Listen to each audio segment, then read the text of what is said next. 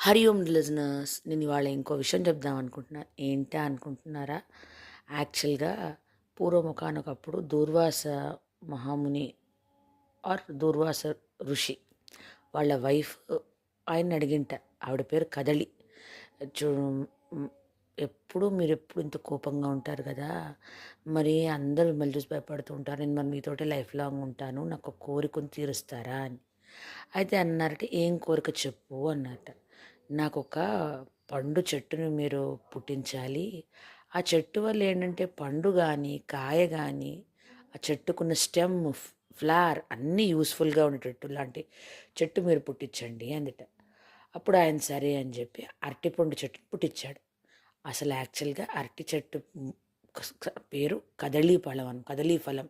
అందుకనే మనం ఎప్పుడైనా దేవుడికి నైవేద్యం పెట్టినప్పుడు ఏమైనా చెప్తున్నాము, కదలీ ఫలం సమర్పయామి అంటాం కదా.